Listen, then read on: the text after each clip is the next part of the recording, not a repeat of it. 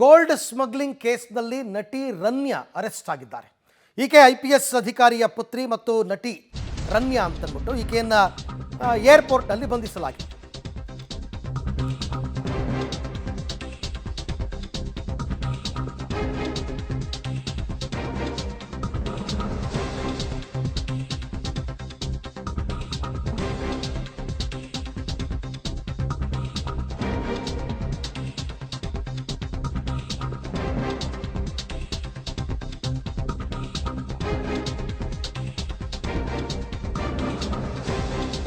Gold smuggling ಕೇಸ್ನಲ್ಲಿ ಈಗ ನಟಿ ರನ್ಯಾ ಅಂತಕ್ಕಂಥವ್ರು ಅರೆಸ್ಟ್ ಆಗಿದ್ದಾರೆ.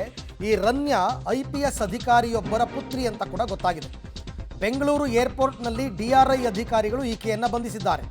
14.8 kg ಚಿನ್ನ ಸಾಗಾಟ ಮಾಡ್ತಾ ಇದ್ದಾಗ ರನ್ಯಾ ಬಂಧನ ಆಗಿದೆ. ಬೇರೆ ದೇಶಗಳಿಂದ ತಂದು ದೆಹಲಿಗೆ ಬಂದು ದೆಹಲಿಯಿಂದ ಅವರು ಬೆಂಗಳೂರಿಗೆ ಬರ್ತಾ ಇದ್ರು ಅಂತ ಕೂಡ ಗೊತ್ತಾಗಿದೆ.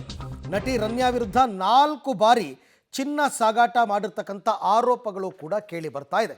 ಈಕೆ ಚಿತ್ರನಟಿ ಜೊತೆಗೆ IPS ಅಧಿಕಾರಿಯೊಬ್ಬರ ಪುತ್ರಿ ಕೂಡ ಹೌದು. ರನ್ಯಾ ಅಂತ ಈಕೆಯ ಹೆಸರು. ಈಕೆಯನ್ನು ಬೆಂಗಳೂರು ಏರ್ಪೋರ್ಟ್ನಲ್ಲಿ DRI ಅಧಿಕಾರಿಗಳು ಬಂಧಿಸಿದ್ದಾರೆ. ನೀವು ಸಾಮಾನ್ಯ ವಿದೇಶದಿಂದ ಬರಬೇಕಾದ್ರೆ ಯಾವುದೋ ಒಂದು ಸಣ್ಣ ಪುಟ್ಟ ಒಡವೆ ತಂದರೆ ಅದೇನು ದೊಡ್ಡ ಮಟ್ಟದ ಅಪರಾಧ ಅಲ್ಲ. ಆದರೆ ಕಮರ್ಷಿಯಲ್ ಪರ್ಪಸ್ಗೋಸ್ಕರ ಅಲ್ಲಿಂದ ಕಡಿಮೆ ಬೆಲೆಗೆ ತಂದು ಇಲ್ಲಿ ಮಾರಾಟ ಮಾಡೋದು, ಈ ಥರ ಸ್ಮಗ್ಲಿಂಗ್ ಎಲ್ಲ ಮಾಡ್ತಾ ಇದ್ದರೆ ಟ್ಯಾಕ್ಸ್ ಕಟ್ಟದೇ ಅದು ಅಪರಾಧ, ಕ್ರಿಮಿನಲ್ ಅಪರಾಧ. ಸೊ ಆ ಅಪರಾಧದ ಮೇಲೇ DRI ಅಧಿಕಾರಿಗಳು ಈಗ ರನ್ಯಾ ಅನ್ನುವಂತಹ ನಟಿಯನ್ನು ಅರೆಸ್ಟ್ ಮಾಡಿದ್ದಾರೆ. ರನ್ಯಾ ಗೋಲ್ಡ್ ಸ್ಮಗ್ಲಿಂಗ್ ಕೇಸ್ ಇದು. IPS ಅಧಿಕಾರಿಯೊಬ್ಬರ ಪುತ್ರಿ. 18.8 kg, ಒಂದೆರಡಲ್ಲ 18.1 kg ಚಿನ್ನವನ್ನು ಈಕೆ ಸಾಗಾಟ ಮಾಡ್ತಾ ಇದ್ದಿದ್ದು. ಬೇರೆ ದೇಶದಿಂದ ತಂದು ಡೆಲ್ಲಿಗೆ ಬಂದು ಡೆಲ್ಲಿಯಿಂದ ಬೆಂಗಳೂರಿಗೆ ಬರ್ತಾಯಿದ್ರು. ಆಮೇಲೆ ಇದು ಮೊದಲನೇ ಸರ್ತಿ ಏನಲ್ಲ, 4ನೇ ಬಾರಿ ಅಂತ ಈ ರೀತಿ ಆಗಿರೋದು.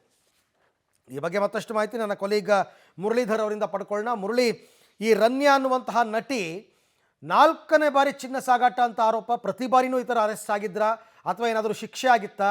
ಏನು ಡೀಟೇಲ್ಸು ಮತ್ತು ಎಲ್ಲಿಂದ ತರ್ತಾ ಇದ್ರು ಚಿನ್ನವನ್ನು, ಯಾವ ಉದ್ದೇಶಕ್ಕೆ ತರ್ತಾ ಇದ್ರು?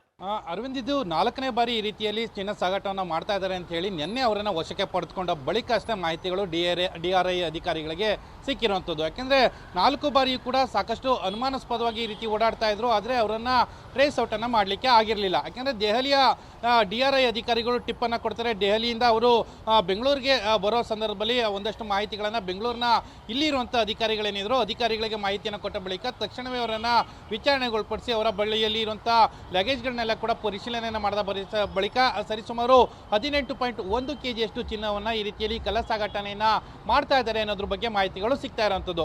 ಅಂದರೆ ಸದ್ಯಕ್ಕೆ DRI ಅಧಿಕಾರಿಗಳು ಅಧಿಕೃತವಾಗಿ ಇದರ ಬಗ್ಗೆ ಇನ್ನೊಂದಷ್ಟು ಮಾಹಿತಿಗಳನ್ನು ಕೊಡಬೇಕು. ಜೊತೆಗೆ ಅವರ ಪತ್ನಿ ವಿಚಾರವೂ ಕೂಡ ಒಂದಷ್ಟು ಬೆಳಕಿಗೆ ಬರ್ತಾ ಇದೆ. ಅವರು ಕೂಡ ಇದರಲ್ಲಿ ಸಾಥನ್ನು ಕೊಟ್ಟಿದ್ದಾರೆ ಅನ್ನೋದ್ರ ಬಗ್ಗೆ ಗೊತ್ತಾಗ್ತಾ ಇರೋವಂಥದ್ದು.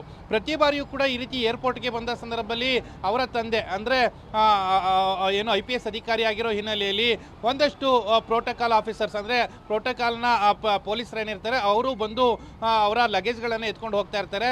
ಆ ಹಿನ್ನೆಲೆಯಲ್ಲಿ ಕಳೆದ ಬಾರಿಯೆಲ್ಲ ಕೂಡ ಇದೇ ರೀತಿಯಲ್ಲಿ ಮಿಸ್ ಆಗಿದ್ರು ಅನ್ನೋದ್ರ ಬಗ್ಗೆ ಮಾಹಿತಿಗಳು ಸಿಗ್ತಾ ಇರೋಂಥದ್ದು. ನಿನ್ನೆ ಏನು ದೆಹಲಿಯಿಂದ ಒಂದು ಮಾಹಿತಿ ಬರ್ತದೆ, ಮಾಹಿತಿಯನ್ನು ಆಧರಿಸಿ ಇಲ್ಲಿ ಅಧಿಕಾರಿಗಳು ಕಾರ್ಯಾಚರಣೆಯನ್ನು ಮಾಡ್ತಾರೆ. ಕಾರ್ಯಾಚರಣೆ ಮಾಡಿದಂಥ ಸಂದರ್ಭದಲ್ಲೂ ಕೂಡ ಪ್ರೋಟೋಕಾಲ್ನ ಪೊಲೀಸರೇನಿದ್ರು ಪೊಲೀಸರು ಆಕೆಯ ಬ್ಯಾಗನ್ನು ಇಟ್ಕೊಂಡಿದ್ರು. ಆ ಹಿನ್ನೆಲೆಯಲ್ಲಿ ಆ ಇಬ್ಬರು ಪೊಲೀಸರನ್ನು ಕೂಡ ಅಂದರೆ ಪೊಲೀಸರಿಗೆ ಯಾವುದೇ ರೀತಿಯ ಮಾಹಿತಿಗಳಿರಲಿಲ್ಲ ಈ ಅಕ್ರಮ ಕಳ್ಳ ಸಾಗಾಣಿಕೆ ವಿಚಾರವಾಗಿ. ಅಂದರೆ ಅವರ ತಂದೆ ಹೇಳಿದ ವಿಚಾರಕ್ಕಾಗಿ ಆಕೆಯನ್ನು ಏರ್ಪೋರ್ಟ್ಗೆ ಕರ್ಕೊಂಡು ಬರಲಿಕ್ಕೆ ಹೋಗಿದ್ರು. ಆ ಹಿನ್ನೆಲೆಯಲ್ಲಿ ಆ ಇಬ್ಬರನ್ನು ಕೂಡ ತಮ್ಮ ವಶಕ್ಕೆ ಪಡೆದುಕೊಂಡು ವಿಚಾರಣೆಯನ್ನು ಮಾಡಲಾಗ್ತಾ ಇದೆ. ಅಂದರೆ S ಯಾದವ್ ಅಂತೇಳಿ ಏನು ಅಡಿಷನಲ್ DG ಏನಿದ್ದಾರೆ ಅಂದರೆ ಈ DRI ಏನು ಕೆಲಸ ಮಾಡ್ತಿರೋಂಥ ಅಂದರೆ ಇಲಾಖೆಯಲ್ಲಿ ಕೆಲಸ ಮಾಡ್ತಿರೋಂಥ ಅಧಿಕಾರಿ ಅವರು ಈ ಕಾರ್ಯಾಚರಣೆಯನ್ನು ಮಾಡಿರುವಂಥದ್ದು. ಇವತ್ತು ಸಂಜೆ ಅವರನ್ನು ಕೋರ್ಟ್ಗೆ ಹಾಜರುಪಡಿಸುವಂಥ ಸಾಧ್ಯತೆಗಳಿದ್ದಾವೆ. ಜೊತೆಗೆ ಇವರ ಜೊತೆಯಲ್ಲಿ ಯಾರ್ಯಾರು ಗೋಲ್ಡ್ ಸ್ಮಗ್ಲಿಂಗಲ್ಲಿ ಲಿಂಕ್ ಇದೆ ಅನ್ನೋದ್ರ ಬಗ್ಗೆ ಕೂಡ ಮಾಹಿತಿಗಳನ್ನು ಕಲೆ ಹಾಕುವ ಪ್ರಯತ್ನಗಳನ್ನು ಕೂಡ ಮಾಡ್ತಾ ಇರುವಂಥದ್ದು. Arvind, right, thank you. ತಮ್ಮೆಲ್ಲ ಮಾಹಿತಿಗೆ ಧನ್ಯವಾದ. ಬಟ್